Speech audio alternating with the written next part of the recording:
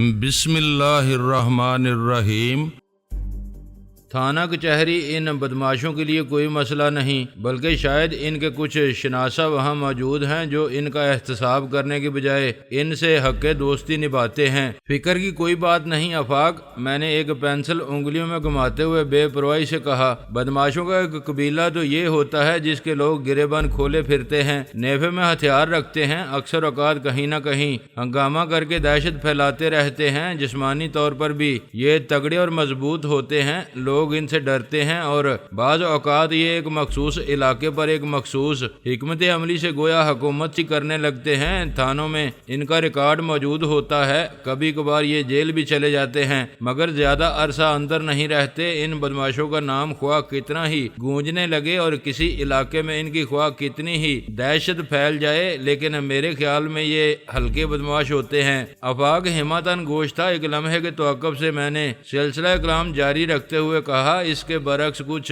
لوگ ہوتے ہیں جو بظاہر بالکل بے ضرر اور عام سی شخصیت کے مالک ہوتے ہیں، لیکن ان میں غیر معمولی صلاحیتیں ہوتی ہیں۔ تاہم بدماشی ان کا پیشہ نہیں ہوتی۔ یہ بظاہر بالکل امن و سکون سے اسی معاشرے میں دیگر شرفاء کی طرح زندگی گزارتے ہیں۔ صرف ضرورت پڑنے پر یہ لوگ تیغے بے نیام بنتے ہیں۔ پلک جھپکتے میں یہ لوگ ایسا کام دکھا کر صاف بچ نکلتے ہیں جو پیشہ ور بدماش ایڑی چوٹی کا زور لگانے پر بھی انجام نہیں دے سکتے۔ ان لوگوں کا کہیں کوئی ریکارڈ موجود نہیں ہوتا، کوئی انہیں صحیح طور پر نہیں جانتا۔ یہ لوگ بالکل عام آدمیوں کی طرح رہتے ہیں، کسی کو بیجا تنگ نہیں کرتے، کہیں ہنگامہ نہیں مچاتے، کہیں بدماشی نہیں جھاڑتے۔ آفاق بغور میری طرف دیکھ رہا تھا۔ میں نے مسکراتے ہوئے بات جاری رکھی، خوش قسمتی سے ایسے کچھ لوگوں سے میری شناسائی ہے، وہ میری عزت بھی کرتے ہیں اور میری بات بھی مانتے ہیں، لیکن میں نے ان کے تعاون سے نجائز فائدہ نہیں اٹھایا، ان کی مدد سے کبھی کسی کو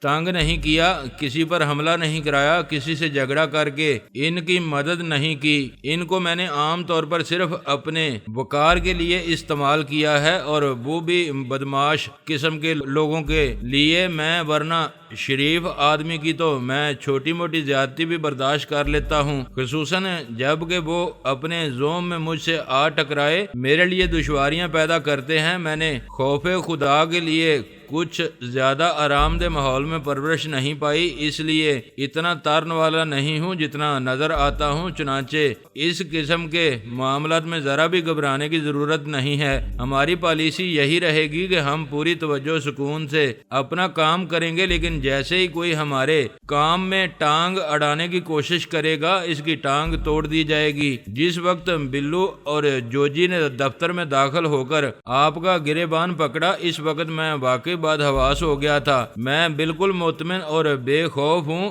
اس کی وجہ صرف یہ ہے کہ میں نے آپ کی طاقت کا مظاہرہ دیکھ لیا ہے، بلکہ اس کے بعد سے یکا یک ہی میرے دل سے موت کا خوف بھی نکل گیا ہے۔ یہ تو بہت ہی اچھا ہوا، میں نے مسکراتے ہوئے کہا۔ میرے ساتھی خواہ کسی بھی حیثیت میں میرے ساتھ رہے ہوں، انہیں بالکل بے خوف ہونا چاہیے۔ دوسری کہانی کا جائزہ لے لیں، وہ کہانی بھی مختصر سی تھی۔ آفاق نے چند منٹ میں کہانی مجھے سنا دی۔ میں نے کہا ٹھیک ہی تھی، اور میرے خیال میں ایک اچھا ڈائریکٹر اس میں بڑی جان ڈال سکتا تھا۔ بہرحال ان دونوں کہانیوں میں تو فلم ساز جا ہی چکے تھے۔ انہیں دیکھ کر مجھے اندازہ ہو گیا تھا کہ آفاق کام کے معاملے میں کتنے پانی میں تھا۔ ہیروئن کون تھی ان دونوں فلموں کی؟ میں نے آفاق سے پوچھا۔ وہی ستارہ، اس نے دھیمے لہجے میں کہا۔ اسے مسلسل کاسٹ کرنے کی میرے خیال میں دو وجوہات ہو سکتی ہیں، میں نے دوستانہ انداز میں کہا۔ پہلی کہ تم نے پہلی مرتبہ اسے کاسٹ کیا اور وہ فلم سپر ہٹ ہو گئی، اسے خوش بختی کی علامت سمجھنے لگے۔ دوسری یہ کہ اس پر کچھ مہربان لگتے ہو۔ تیسری وجہ یہ کہ شاید وہ اداکارہ ہو۔ ان میں کون سی وجہ صحیح ہے؟ اس میں تو کوئی شک نہیں افضل صاحب کہ میرے دل میں نرم گوشہ موجود ہے۔ اسے کاسٹ کرنے کی وجہ یہ نہیں تھی۔ کام کے معاملے میں میں بڑا بے مروت ہوں، کام اپنی جگہ اور ذاتی محسوسات اپنی جگہ۔ حقیقت یہ ہے کہ وہ بہت اچھی اداکارہ ہے۔ ہے بلکہ یہ کہنا چاہیے کہ وہ پیدائشی اداکارہ ہے، اس نے اداکاری کہیں سے بھی نہیں سیکھی، لیکن اداکاری کے بارے میں اسے شاید ہی میں کبھی کچھ بتایا ہو۔ وہ کہانی سنتے ہی کردار کو اس طرح سمجھ لیتی ہے جیسے کسی غیبی طاقت نے اس کے سامنے اس کردار کی تمام تر جزیات کا نقشہ کھینچ کر رکھ دیا ہو۔ اس کی عمر کچھ زیادہ نہیں، لیکن زندگی کے بارے میں اس کا مشاہدہ بہت گہرا معلوم ہوتا ہے۔ آفاق نے یہ سب کچھ مجھے قدرے پرجوش لہجے میں بتایا۔ دوسرے، اس کا چہرہ فلم اسکرین کے لیے بہت ہی مناسب ہے۔ میں نے پہلے دن اس پر نظر ڈالتے ہی کہہ دیا تھا کہ یہ لڑکی اسکرین پر غضب ڈائے گی، لیکن دوسرے بہت لوگوں نے مجھ سے اتفاق نہیں کیا تھا۔ بھائی تم نے تو اس کی اتنی تعریف کر دی ہے کہ ایک تو اس سے ملنے کا اشتیاق پیدا ہو گیا ہے، میں نے مسکراتے ہوئے کہا۔ دوسرے، میں سوچ رہا ہوں اگر ہم نے فلموں کو ری پروڈکشن بھی کیا تو شاید اسی لڑکی کو لینا پڑے۔ کہانیوں کے لحاظ سے موزوں ترین تو وہی ہے، لیکن اس کے بڑے نخرے ہیں۔ وہ قدرے ہچکچاتے ہوئے بولا۔ تم نے اس کے کردار کا جو نقشہ کھینچا ہے، اس سے میرا اندازہ ہے کہ نخرہ بڑھ جانے کا مطلب اس کا معاوضہ بڑھ جاتا ہے نا؟ میں نے سرسری لہجے میں کہا۔ آفاق نے اس بات میں سر ہلایا۔ وقت سے فائدہ اٹھانا وہ کچھ زیادہ ہی اچھی طرح جانتی ہے۔ سب فلم ساز یکدم اس کی طرف دوڑ پڑے ہیں۔ ہم اسے اس کا منہ مانگا معاوضہ دیں گے، حتیٰ کہ وہ معاوضہ بھی دے سکتے ہیں جو دوسرے فلم ساز دینے سے انکار کر چکے ہوں۔ پھر میں نے ایک ایک لفظ پر زور دیتے ہوئے کہا، بشرطے کہ ہمیں واقعی اس کی اشد ضرورت محسوس ہو، وہ اس کے لیے ناگزیر ہو۔ آپ کل تیار شدہ ریلوں میں سے اس کا کام دیکھیے گا، پھر بات کیجیے گا۔ میں خود اس سلسلے میں کچھ نہیں کہوں گا، آفاق نے کہا۔ میں کچھ کہنے ہی لگا تھا کہ ایک بار پھر مجھے آفس میں کسی کے در اندازی کا احساس ہوا۔ میں نے شیشے کی دیوار کے پار دیکھا، ایک وردی میں پولیس والا آفس میں داخل ہو رہا تھا۔ اس کے پیچھے وہی دونوں بدماش تھے جن کا میں نے حلیہ بگاڑا تھا۔ وہ اس وقت مرہم پٹی وغیرہ کروا چکے تھے اور بالکل کارٹون نظر آتے تھے۔ رضوانہ نے اس بار بھی نہایت مستعدی کا مظاہرہ کرتے ہوئے انہیں ریسیپشن پر ہی رکنے کا اشارہ کیا۔ اس مرتبہ کسی بدماش نے حقارت سے اس کا ہاتھ جھٹکنے کی کوشش نہیں کی۔ وہ تینوں کاؤنٹر پر رک گئے۔ تب میں نے دیکھا کہ وہ پولیس والا عہدے کے اعتبار سے ASI تھا۔ دروازہ بند ہونے کی وجہ سے رضوانہ اور ASI کی آواز مجھ تک نہیں پہنچ رہی تھی، لیکن یہ اندازہ کرنا مشکل نہیں تھا کہ وہ اسے رکنے اور سامنے صوفے پر بیٹھ کر انتظار کرنے کے لیے کہہ رہی تھی۔ بالآخر انہیں بیٹھنا پڑا۔ تب رضوانہ نے انٹرکام پر مجھ سے رابطہ قائم کیا۔ سر، وہی دونوں بدماش ایک پولیس آفیسر کے ساتھ آئے ہیں۔ پولیس آفیسر آپ سے ملنا چاہتے ہیں، رضوانہ نے قدرے بلند آواز میں کہا۔ صاف ظاہر تھا کہ وہ ان دونوں کو سنانے کے لیے واضح طور پر بدماش کہہ رہی تھی، جس پر وہ پیچ و تاب کھا کر رہ گئے، لیکن رضوانہ کو گویا ان کی کوئی پرواہ نہیں تھی۔ میں ان سب کو صاف طور پر دیکھ رہا تھا، جبکہ وہ باہر سے مخصوص رنگین شیشے کے پار نہیں دیکھ سکتے تھے۔ ان سے کہو میں اس وقت ضروری گفتگو کر رہا ہوں، انہیں چند منٹ انتظار کرنا پڑے گا، میں نے بے نیازی سے کہا۔ بہت بہتر سر، اس نے انٹرکام کا ریسیور رکھتے ہوئے کہا۔ پھر وہ کوہنیاں کاؤنٹر پر ٹکا کر ASI کو میرا جواب سنانے لگی۔ وہ کچھ کسمسایا، لیکن پھر مدبرانہ انداز میں سر ہلا کر آرام سے بیٹھ گیا۔ وہ بظاہر سرسری سے انداز میں گرد و پیش کا جائزہ لے رہا تھا اور پوری کوشش کر رہا تھا کہ مروب نظر نہ آئے۔ دونوں بدماش کھڑے ہی تھے اور کینہ توز نظروں سے کیبن کی طرف دیکھ رہے تھے۔ انداز کچھ ایسا ہی تھا جیسے دل ہی دل میں کہہ رہے ہوں، ذرا دیکھنا بچو، اب پتا چلے گا تمہیں۔ ہاں تو ہم کیا بات کر رہے تھے؟ میں نے آفاق کی طرف متوجہ ہوتے ہوئے بے پرواہی سے کہا۔ ہم کاسٹنگ کے مسئلے پر بات کر رہے تھے، آفاق سنبھلتے ہوئے بولا۔ ویسے بہتر یہی ہوگا کہ کل آپ تیار شدہ ریلیں دیکھ لیں، اس کے بعد طے کریں گے کہ ہم کہانیاں کہاں سے ری شوٹ کریں گے۔ اسی مناسبت سے ہم کاسٹنگ کے بارے میں بھی فیصلے کریں گے۔ درست ہے، میں نے اس کی بات سے اتفاق کیا۔ اچھا آفاق، یہ تو میں بتا ہی چکا ہوں کہ رفتہ رفتہ میرا یہ فلم سازی کا شعبہ مکمل طور پر تمہیں ہی سنبھالنا ہوگا۔ ابتدا میں کچھ تو اسے سیٹ کرنے کی غرض سے اور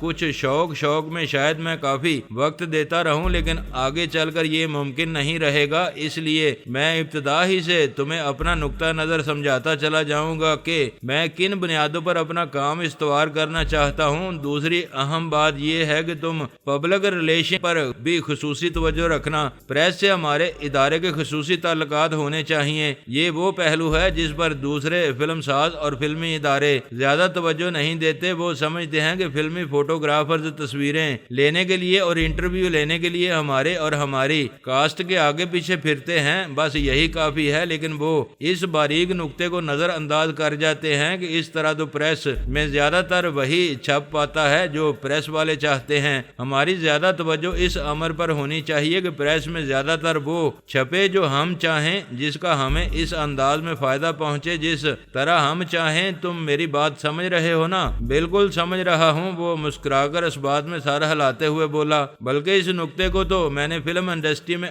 آتے ہی سمجھ لیا تھا اور تبھی سے اس پر عمل پیرا ہوں، اسی سے تو مجھے آگے آنے میں مدد ملی ہے۔ شوبز میں پبلسٹی کی اہمیت کو بہت کم لوگ سمجھتے ہیں۔ مجھے پچھلے دنوں اپنے کاروبار کے سلسلے میں کئی ملکوں میں جانے کا اتفاق ہوا۔ ہالی ووڈ اور اٹلی کی فلمی دنیا کو بھی قریب سے دیکھنے کا موقع ملا اور سچی بات یہ ہے کہ میری آنکھیں کھلی کی کھلی رہ گئیں۔ میں یہ دیکھ کر حیران رہ گیا کہ دیگر چیزوں کی طرح پبلسٹی کا بھی وہاں کیسا منظم شعبہ ہے۔ ہمارا ملک ترقی پذیر صحیح، لیکن بنیادی ضروریات تو ہماری بھی وہی ہیں۔ ہم ان سے بہت کچھ سیکھ سکتے ہیں، بہت سے تجربے کر سکتے ہیں۔ دوسری بہت سی باتوں سے قطع نظر ہمیں یہ ضرور ذہن میں رکھنا چاہیے کہ شو بزنس اور پبلسٹی کا چولی دامن کا ساتھ ہے، بلکہ بعض اوقات تو یہاں بزنس ہوتا ہی کم ہے، شو ہی شو ہوتی ہے۔ اسی لیے تم اپنے مطلب کے رپورٹروں اور فوٹوگرافروں سے تعلقات بہت خوشگوار رکھنا۔ اکثر و بیشتر یہاں دفتر میں یا اعلیٰ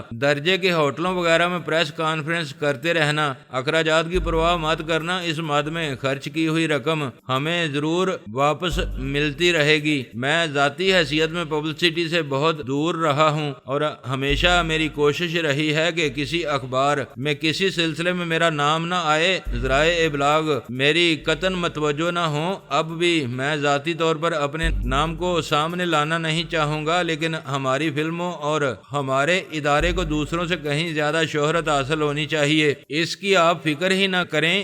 آفاق مسکراتے ہوئے بولا، مجھے بہت اچھی طرح معلوم ہے کہاں کون آ سکتا ہے اور سب سے میرے تعلقات بہت اچھے ہیں۔ شکر ہے، ان لوگوں کی نظر میں اپنی بڑی عزت ہے اور لوگوں کے آڑے وقت میں کام آیا ہوں میں۔ بہت خوب، میں نے طمانینت سے سر ہلایا۔ اگر تو اس مقصد کے لیے کسی اچھے اور موزوں سے آدمی کے ساتھ ریلیشنز مینیجر کے طور پر بھی رکھ سکتے ہو، معقول تنخواہ، معقول کام لو۔ میرے خیال میں فی الحال تو اس کی ضرورت نہیں۔ آفاق کچھ سوچ کر بولا، کام جب کافی بڑھ جائے گا اور ہمارے پاس اتنا وقت نہیں ہوگا کہ اس طرف توجہ دے سکوں، اس مقصد کے لیے کوئی زبردست قسم کا آدمی رکھ لیں گے۔ چلیں، یہ مسئلہ بھی طے ہو گیا، باقی باتیں اب آئندہ پر ہی چھوڑنی پڑیں گی۔ میں نے فائلیں ایک طرف کرتے ہوئے کہا، میرا خیال ہے اب ASI صاحب کو بلا ہی لیا جائے، بیچارے باہر بیٹھے جمائیاں لے رہے ہیں، ان سے پوچھیں یہ کیا چاہتے ہیں۔ ضرور ضرور، آفاق نے اس بات میں سر ہلایا، بولا، یہ دونوں بدماش بھی بڑی جلدی ضمانتیں کروا کے اپنے پیروں پر چلتے ہوئے آگے، کافی تلخ معلوم ہوتے ہیں۔ میرا خیال تھا کہ انہیں 2-4 روز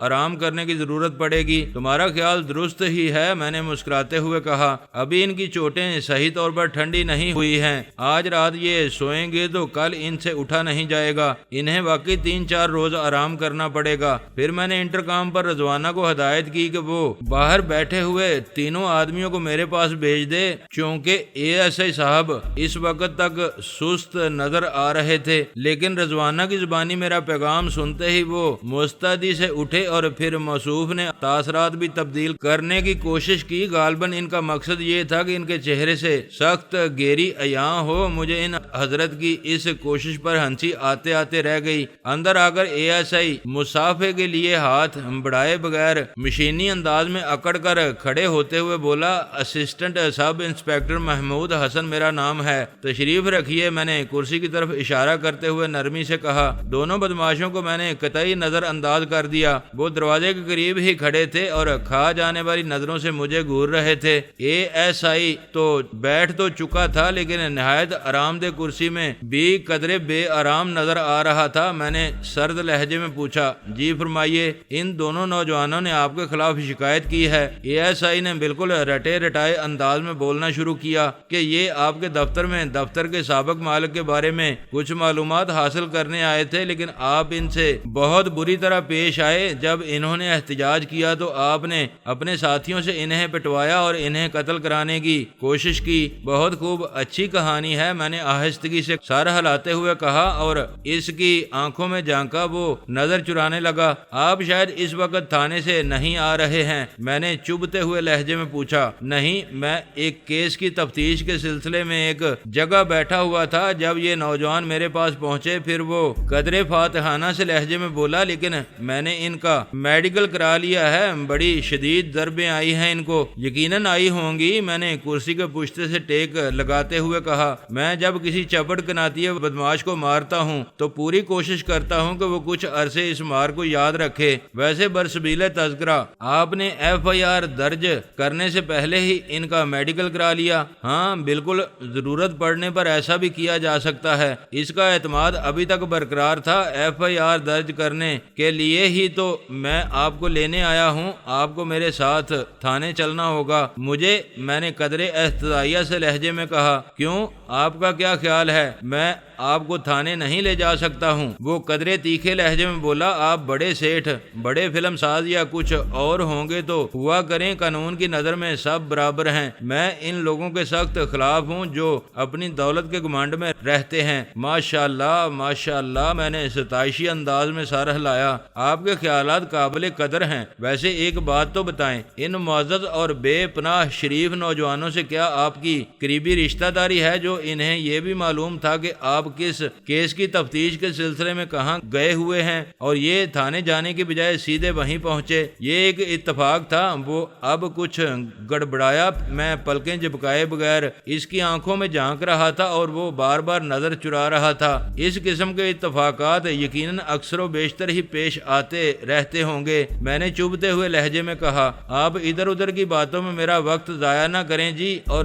تھانے چلنے والی بات کریں۔ وہ اکھڑے سے لہجے میں بولا۔ تو آپ مجھے تھانے لے جانے کے لیے آئے ہیں؟ میں نے اس بار سرد لہجے میں کہا۔ ہاں، یہ بات کیا میں آپ کو لکھ کر دوں؟ وہ قدرے تیزی سے بولا۔ میں محسوس کر رہا تھا کہ اس کے کھردرے سے رخساروں پر سرخی جھلک آئی تھی۔ مسٹر ASI، میں نے ٹھہرے اور کاٹدار لہجے میں کہا، آپ فرما رہے ہیں کہ میں آپ کا وقت ضائع نہ کروں؟ وقت تو میرا ضائع ہو رہا ہے۔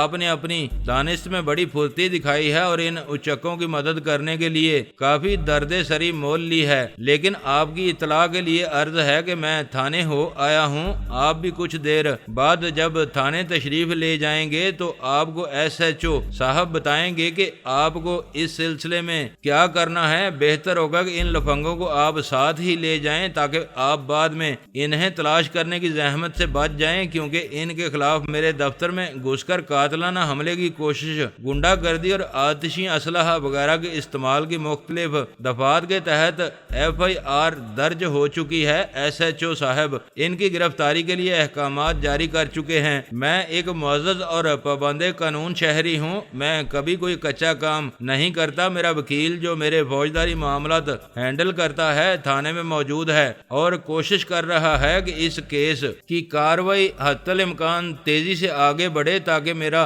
اور قانون کے محافظوں کا قیمتی وقت ضائع نہ ہو۔ ASI کا منہ کھلا رہ گیا تھا۔ میں نے بات جاری رکھتے ہوئے کہا، اگر آپ اس وقت تھانے سے آئے ہوتے تو آپ کے علم میں ہوتا کہ میری FIR میں کیا لکھا ہے۔ میں نے تو تمام تفصیل لکھوا دی ہے کہ مجھے ان دونوں بدماشوں کو کس طرح بے بس کر کے اپنا دفاع کرنا پڑا۔ میں نے انہیں کہاں ضربیں لگائیں، یہ بھی FIR میں درج ہے، اور یہ میرا حق خود حفاظتی تھا جسے میں نے استعمال کیا۔ ظاہر ہے اگر میں اپنا دفاع نہ کرتا تو یہ چکے مجھے مار چکے ہوتے اور میرے آفس میں اس وقت آپ کوئی شیشے کی کرچیاں اور بیش قیمت فرنیچر کے ٹکڑے بکھرے ہوئے نظر آتے۔ ظاہر ہے کوئی بھی شخص کسی کے ہاتھوں اپنی جان و مال تباہ کرانا نہیں چاہتا۔ انہیں تو میرا شکر گزار ہونا چاہیے کہ میں نے اپنا حق خود حفاظتی استعمال کرتے ہوئے انہیں ہلاک نہیں کر دیا، جبکہ انہوں نے مجھے ہلاک کرنے کی پوری کوشش کی تھی۔ ریوالور بھی نکالا تھا اور لکڑی کا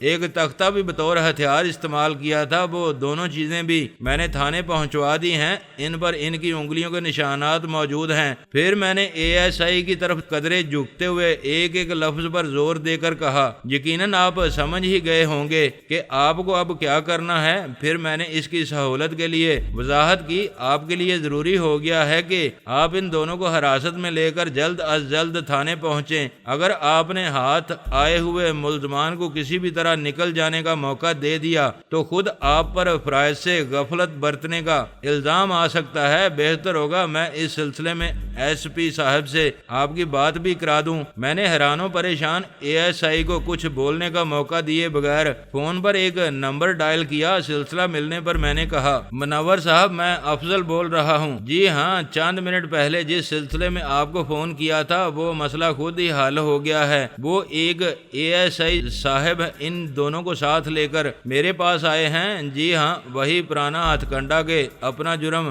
دوسروں پر تھوپنے کی کوشش کی جائے۔ جی ہاں، لیجئے ASI صاحب سے خود بات کر لیجئے۔ میں نے ریسیور ASI کو تھما دیا۔ اس نے ہچکچاہٹ امیز انداز میں ریسیور کان سے لگایا اور تھوک نکلنے کے بعد جی کرنے لگا۔ میری نظر بدماشوں پر تھی، ان کے چہروں پر ہوائیاں اڑ رہی تھیں۔ غالباً انہوں نے نکل بھاگنے کا ارادہ بھی کیا تھا، لیکن پھر یہ سوچ کر رہ گئے تھے کہ اس قسم کی کوشش کرنے سے بات اور بگڑ سکتی تھی، یا پھر شاید انہوں نے میری آنکھوں سے یہ ارادہ پڑھ لیا تھا کہ میں انہیں بھاگنے ہرگز نہیں دوں گا۔ ASI نے کافی دیر تک فون پر جی کرنے کے بعد بالآخر جی بہت بہتر کہہ کر ریسیور رکھا اور ان دونوں بدماشوں کی طرف دیکھا جنہیں کچھ دیر پہلے تک اس کی سرپرستی حاصل تھی۔ اس کے تاثرات بتا رہے تھے کہ اس نے ان دونوں کی مزید سرپرستی کا ارادہ ترک کر دیا تھا۔ وہ جاگ کی طرح بیٹھ چکا تھا اور مجھ سے نظر نہیں ملا رہا تھا۔ ان دونوں بدماشوں کی طرف دیکھتے ہوئے وہ مردہ سے لہجے میں بولا، مجبوری ہے، تم دونوں کو میرے ساتھ چلنا پڑے گا۔ وہ اٹھ کھڑا ہوا۔ میں نے بدماشوں کی طرف دیکھتے ہوئے کہا، مجھے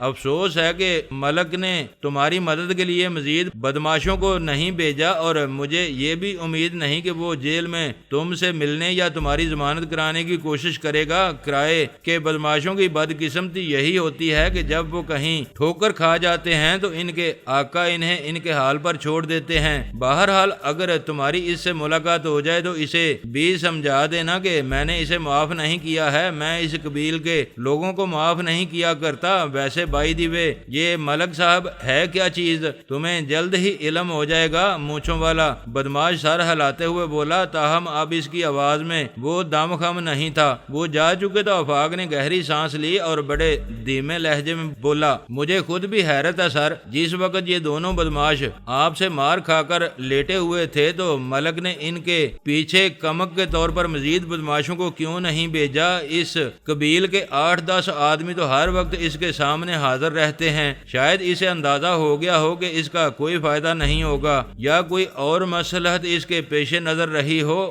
میں نے خیال ظاہر کیا، ویسے اس کا آفس ہے کہاں؟ اوپر کی منزل پر بائیں طرف ہے۔ اگر وہ اپنے آفس کے سامنے بیلکونی نما حصے میں کھڑا ہو تو ہمارے آفس کے سامنے برآمدہ نما حصے کا آسانی سے جائزہ لے سکتا ہے۔ آفاق نے کہا، کیا وہ بہت بڑا فلم ساز ہے؟ میں نے پوچھا۔ جب وہ انڈسٹری میں آیا تو اسے چند بہت اچھے لوگ مل گئے اور اس نے شروع میں 2-3 اچھی فلمیں بنائی جنہوں نے خاصا بزنس کیا، آفاق نے بتایا، لیکن آدمی چونکہ وہ بنیادی طور پر بدگماش اور بدنیت ہے، اس لیے جلد ہی اچھے لوگ اس کا ساتھ چھوڑتے چلے گئے اور اس کے گرد اسی جیسے لوگوں کا ہجوم رہنے لگا۔ اب وہ ان فلم سازوں میں شامل ہے جن کی فلم سازی زیادہ تر بدماشی کے سہارے چل رہی ہے۔ سلجھے ہوئے ہنرمند اور اداکار اس کے لیے کام کرنا پسند نہیں کرتے۔ اس کی فلمیں بنتی بھی خاصی سست رفتاری سے ہیں اور بزنس بھی کوئی خاص نہیں کرتی، مگر اسے اس بات کی کوئی زیادہ پرواہ نہیں ہے۔ روپیہ اس کے پاس بہت ہے، خاصا تگڑا ذمہ دار ہے۔ اس کی ایک سلطنت تو غالباً اس کی ذمہ داری ہوگی۔ اس کی دوسری دوسری سلطنت فلم انڈسٹری ہے جہاں اس کی بہت سی